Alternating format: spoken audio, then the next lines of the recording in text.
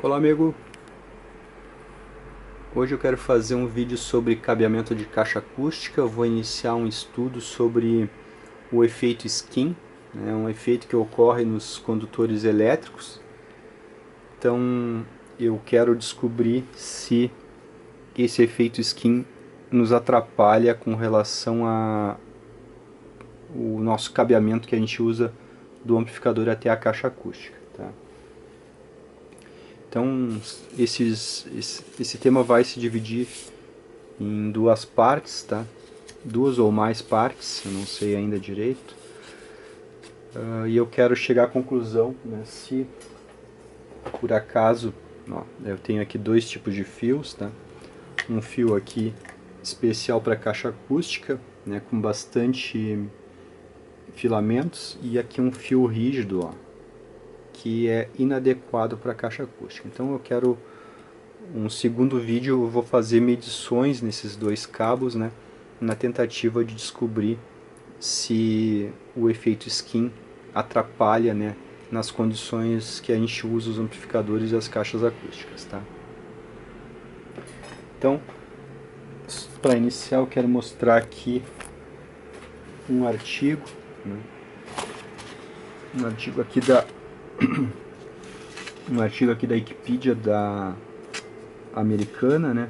Tá, ele é em inglês. Então, aqui fala bastante coisa. Quem quiser olha lá no Wikipedia, né? O skin efeito, né? Effects. Né? Então, procure lá que dá para achar facilmente esse artigo. Né?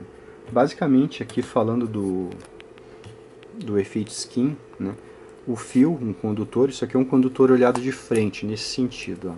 Então, o condutor, quando ele é usado em corrente DC, toda essa área aqui de condução, né, essa área física aqui do fio, ela conduz corrente, tá?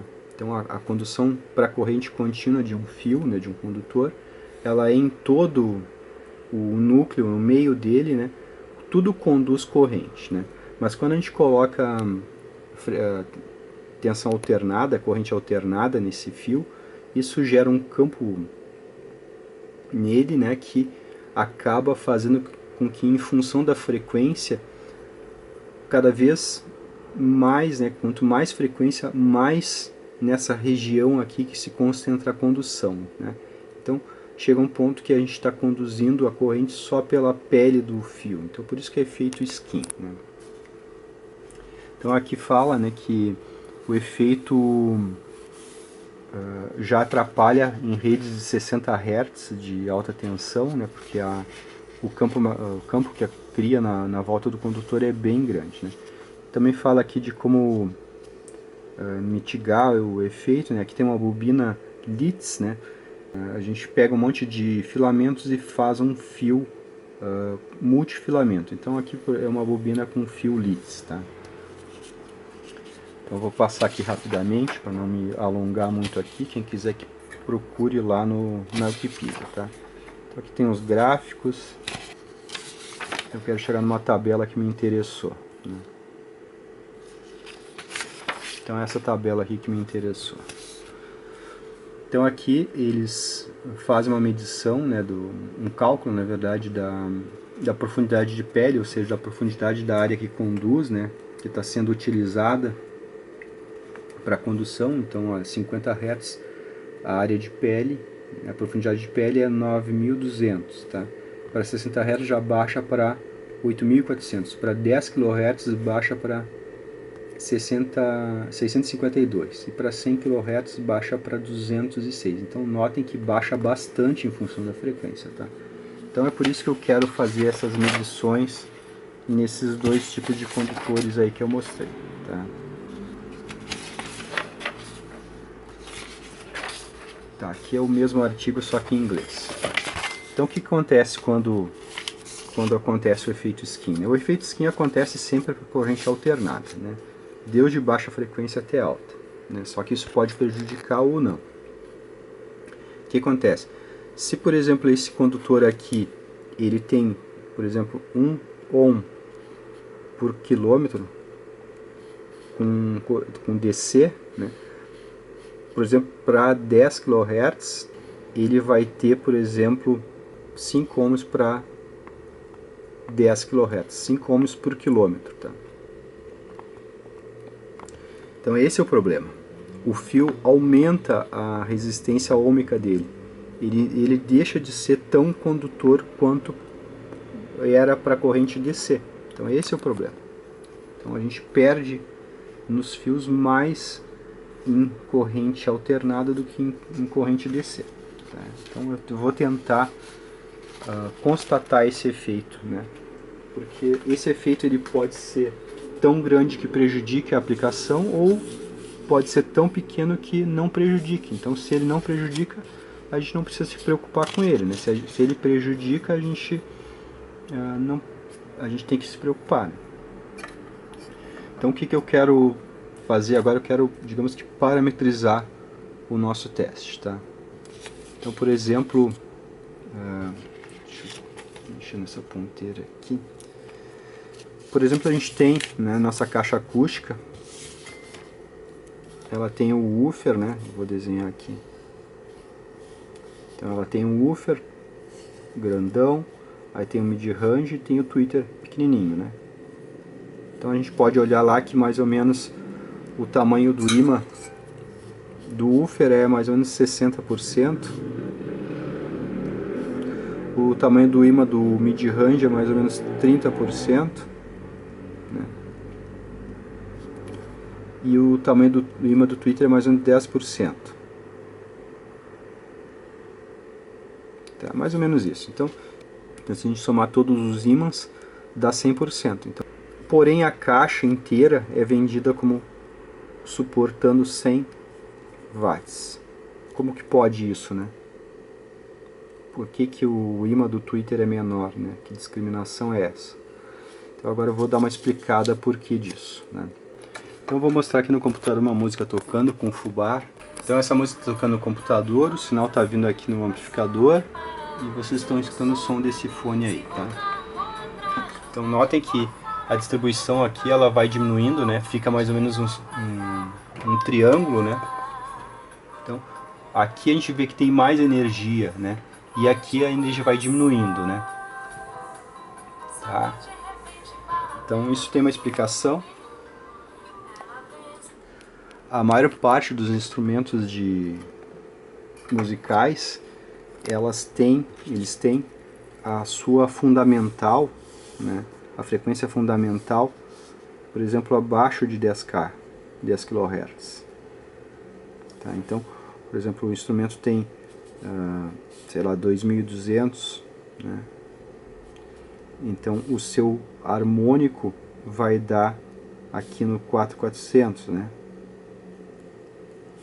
Então sempre o fundamental é maior do que o harmônico, né? Então um instrumento que tem lá, por exemplo, 300 Hz, né, vai ter o seu harmônico em 600 Hz, né? Então tem pouco instrumento com fundamental acima de por exemplo 7 kHz, tá? Então 7K, né? Então tem poucos instrumentos com fundamental aqui em 7 kHz. Então o fundamental 7 vai gerar um harmônico 14, só que ele é menor, né?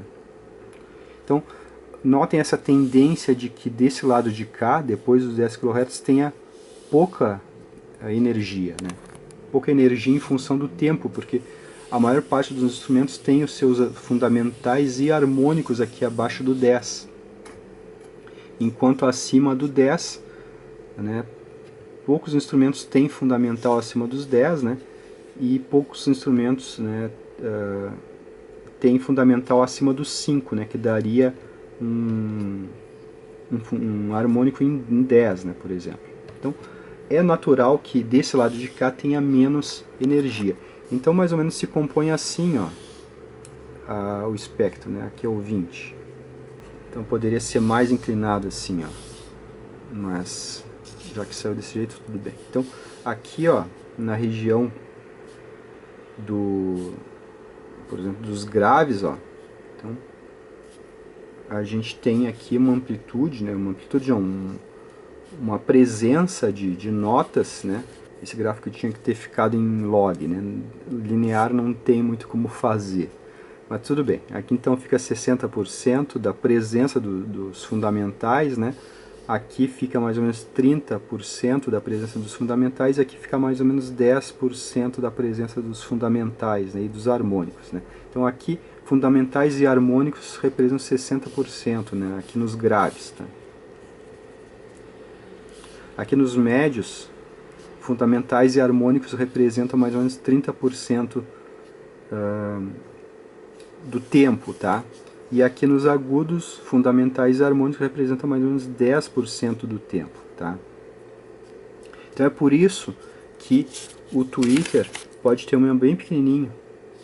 O mid-range pode ter um ímã um pouco maior só do que do tweeter, né? Então, numa relação de 10 para 30, né, por cento. E o woofer tem que ter um ímã maior, né, porque ele vai receber mais tempo de fundamentais e harmônicos, tá? Só que tem um detalhe. As pessoas acham que, por exemplo, aqui, né, vai chegar 60 watts, aqui vai chegar 30 watts e aqui vai chegar 10 watts. Aí está o erro. Esse é o grande erro que as pessoas acabam cometendo, tá? Em potência instantânea, aqui no tweeter, por exemplo, se a gente vai ligar um amplificador de 100 watts, né? Essa caixa é um amplificador de 100 watts. Se a gente for ver a potência instantânea que chega no tweeter chega também 100 watts. No mid-range chega 100 watts. E no woofer chega 100 watts. Só que a proporção 100 watts instantâneo, tá? Só que a proporção de tempo no woofer é maior, por isso que o ímã dele é maior, tá? O mid-range vai receber 100 watts, mas uma proporção de tempo de 30%, então por isso que o ímã dele pode ser um pouquinho menor, tá? E o tweeter vai receber 100 watts, mas uma proporção de tempo de 10% da música, então por isso que o ímã dele pode ser pequenininho. Então eu vou mostrar isso agora, tá? Apesar do gráfico aqui do analisador mostrar, digamos, pra gente que a energia se concentra aqui, ó, né? Eu vou mostrar aqui com outra música que a energia, acho que é aqui, aqui, tá? Então coloquei todo o volume ali, né? Vou mostrar aqui no osciloscópio.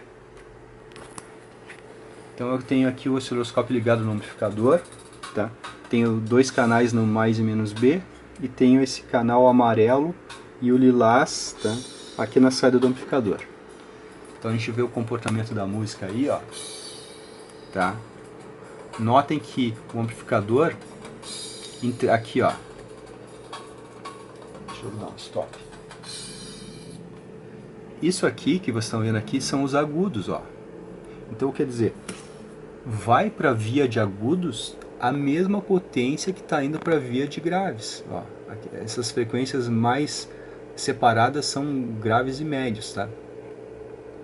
Então vai a mesma potência instantânea, né? Mas o tempo disso aqui é menor. Aqui a frequência é bem rapidinha, né? Então são picos bem estreitinhos, ó. Então é por isso que o tweeter não queima, isso aqui está em tempo menor na música, tá? Então notem aí que tem esse detalhe, né, que as pessoas muitas vezes não consideram. Deixa eu avançar aqui a música. Então notem aí, né, o sinal só pode excursionar até o mais ou menos B. Aqui são os abalos que acontecem na fonte, ó. Tá? Agora eu vou fazer uma jogada aqui, né? Eu vou vir aqui no software e vou ligar um equalizador aqui e vou deixar só os médios, tá? Então, vou deixar só os médios aqui até 3 kHz e meio. Deixa eu pegar aqui, baixar mais aqui. Então, ó, vou deixar de 800 Hz a 3K e meio. Olha lá, ó. Então, também chega a tensão máxima do amplificador em médios, ó. Tá? Notem que também chega potência máxima do amplificador. No caso desse amplificador aqui, são 160 watts em 8 ohms, tá? Então, uma caixa ligada nesse amplificador aqui, né, com a caixa acústica, né, o mid-range, vai receber picos de 160 watts, mas ele não precisa ser um mid-range de 160 watts, que ele suporte 160 watts. Ele pode ser um mid-range que suporte 50 watts, que já vai dar conta, porque o tempo desses picos na música é menor, tá? Então notem aí que está saturando com os médios. Tá? Agora eu vou fazer outra jogada aqui, vou baixar os médios, e aqui é evidente, né, que com os graves é certo que, né, tem bastante instrumentos nessa região dos graves aqui com seus fundamentais. Tá? Vou colocar aqui até 440. Então, olha aí. Então aqui está chegando só os graves no amplificador, tá? Então notem aqui, são picos de ceifamento que acontecem, ó. Então aqui, nessas extremidades que está chegando 160 watts, né? RMS no woofer, né? Estaria chegando. Então notem que o amplificador saturou com a porção dos graves, né? Saturou com a porção dos médios. Agora eu vou baixar tudo aqui e vou colocar aqui os agudos, tá? Eu não mexi em volume até agora, tá? Então aqui, ó, vou deixar de... Aqui é o 7 kHz, aqui então, se aqui é o 14, aqui, né? Aqui é 7 mais 13,5, então aqui é 11 kHz e meio, tá? Então eu estou limitando de 11 kHz e meio para cima.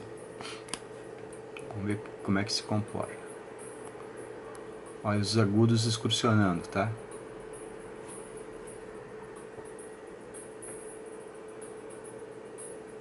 Olha lá, ó. Tá chegando, ó. Olha ali, ó. Deixa a música intensificar mais um pouco.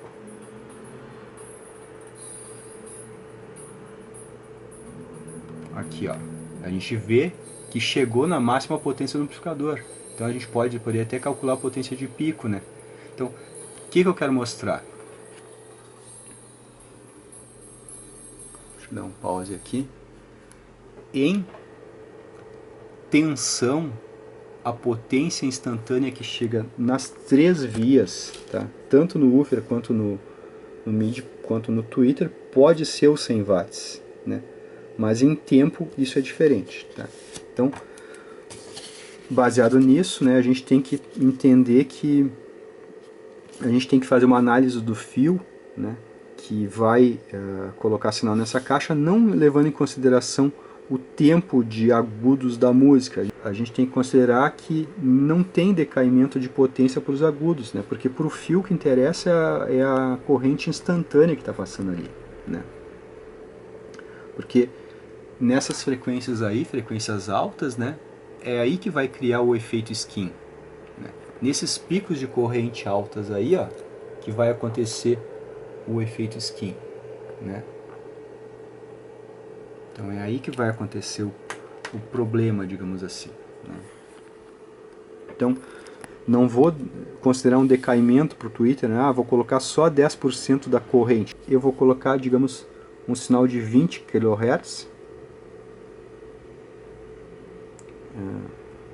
contínuo, tá? Então vou colocar um sinal de 20 kHz contínuo.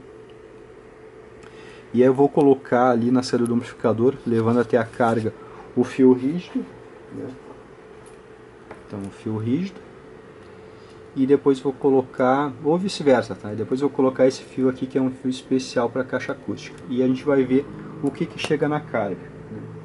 Então, por exemplo, eu vou fazer o seguinte, aqui está a saída do amplificador, né? vou ligar a carga aqui, tá? E aí esse fio aqui, ó, eu vou analisar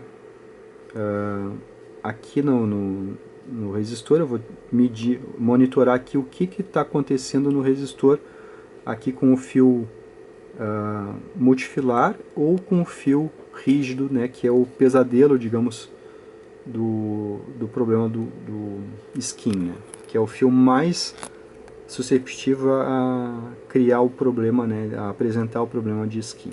Então eu vou trocar e a gente vai monitorar aqui nesse ponto o que está acontecendo, né, na onda. Então a gente vai ver aqui o que está acontecendo, né. Então essa é a minha proposta, né. Então quer dizer, eu mostrei que o amplificador, que a caixa pode receber picos de agudos, né, com a mesma potência do woofer, né. Então não existe aquela ideia que o tweeter vai receber uma tensão menor, né, porque ele está na via de agudos. Isso é enganoso, tá? Não vai receber menos tensão, ele vai receber a mesma tensão do woofer, só que por menos tempo. É essa a diferença. Então eu quero mostrar aqui também, assim, ó, existem instrumentos, por exemplo, os cymbals, né?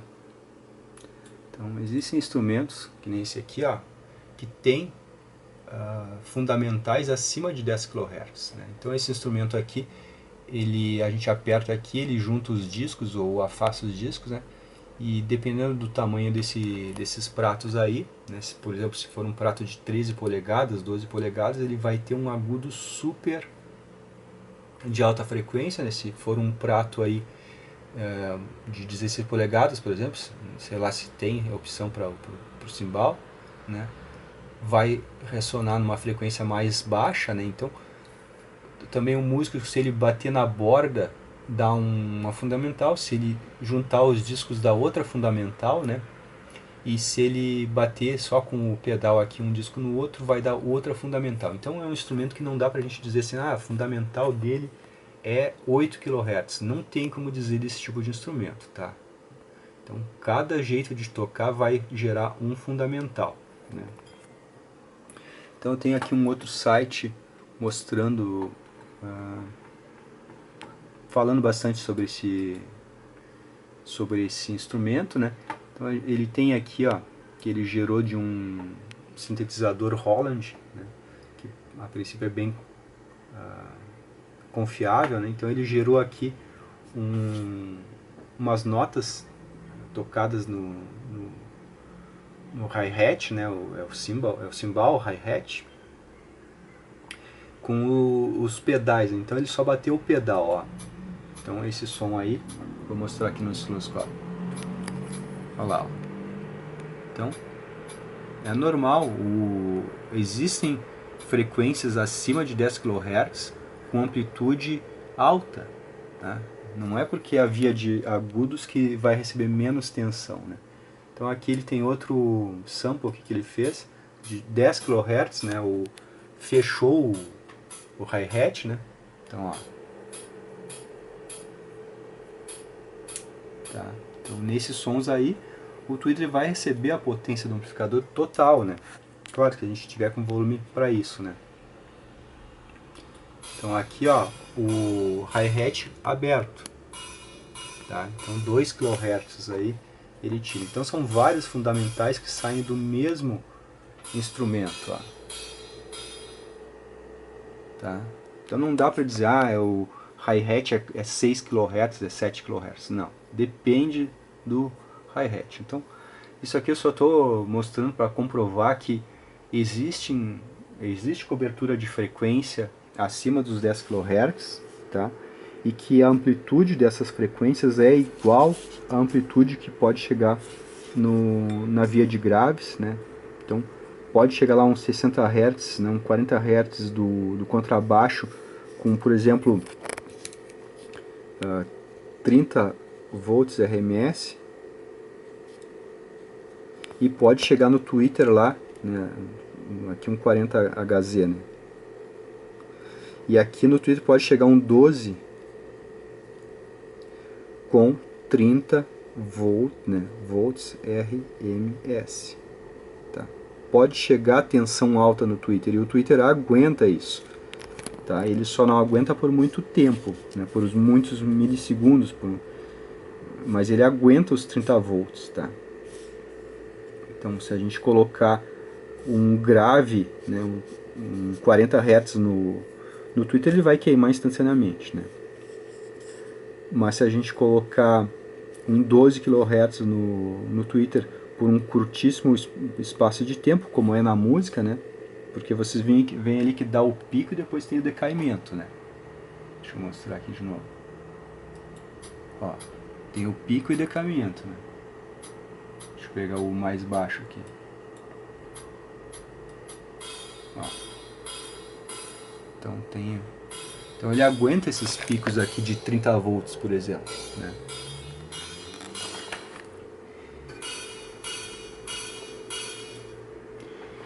Então daqui a gente tira nosso parâmetro, né, para testar um cabeamento, né,